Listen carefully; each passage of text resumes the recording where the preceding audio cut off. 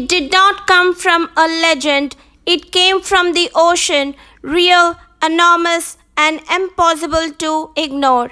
A massive oarfish, shimmering silver and red, dragged ashore on the Tamil Nadu coast.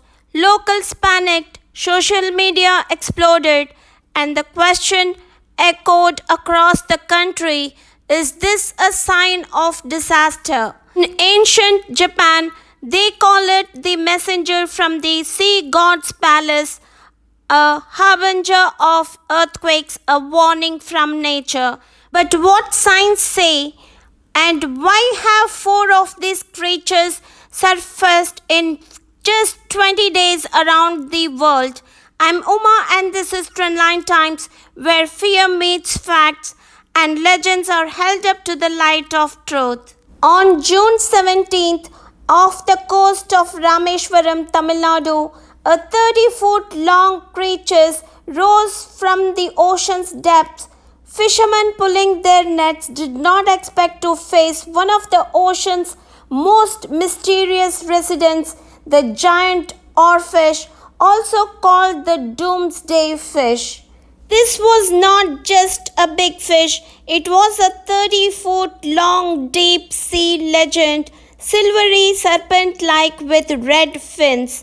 And it did not take long for panic to spread, because in ancient cultures, especially Japan, the oarfish is feared as a harbinger of disaster. This was not an isolated event. In just 20 days, oarfish has appeared in California, New Zealand, Australia, and now India. This rare chain of sightings has intensified public curiosity and anxiety.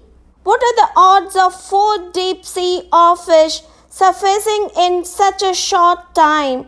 Is nature sending signals, or are we just connecting dots from fear? Japanese folklore, the oarfish is called Yugo no Sukai, the messenger from the sea god's palace. 2011, multiple oarfish appeared just days before the Tohoku earthquake and tsunami, which killed over 18,000 people. Since then, sightings have stirred dread, especially in Asia. In coastal communities across Tamil Nadu, many now fear this fish is more than just a biological anomaly. Experts say don't panic. The oarfish lives deep underwater, 200 to 1,000 meters below, and only surfaces when ill, injured, or caught in strange currents.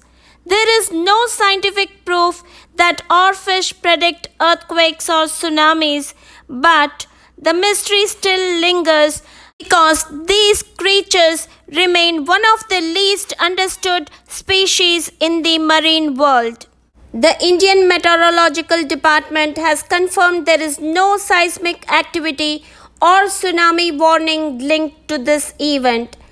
Coastal residents are safe, but should always stay informed through official alerts. Meanwhile, marine biologists from Tamil Nadu universities have called this sighting an extraordinary opportunity to study the biodiversity of the Bay of Bengal. The oarfish is not just a fish. For scientists, it's a biological marvel. For communities, it's a sign, a symbol, sometimes even a warning. In Japan, generations have believed that oarfish rise when the ocean stirs with unrest, like a message from the sea gods. Science, on the other hand, sees it as a deep sea creatures rising due to illness, injury, or shifting currents. Neither is wrong. One is culture, the other evidence, and both deserve respect. So whether you call it a doomsday fish, a sea dragon, or Yugo no Sukai, this sighting is a reminder there is still so much we don't understand about the ocean, and sometimes the mystery itself is the message. It came from the depths, not just of the ocean but of ancient memory. A 30-foot mystery rising where science and myth meet face to face. In Tamil Nadu, the oarfish sparked awe, fear, and questions, but in Japan, it is no ordinary fish, it is Yugu no Sukai, a sacred messenger from the sea, a warning, perhaps a whisper from nature itself. Signs say there is no need to panic, but belief, culture, centuries of traditions, they don't vanish in data, and maybe they should not, because sometimes the ocean does not speak in facts, it speaks in signs. And it's up to us to listen not with fear but with respect. I am Uma and this is Trendline Times. We dive deeper beyond headlines, beyond fear to bring you the truth from bottom of the sea to the heart of understanding.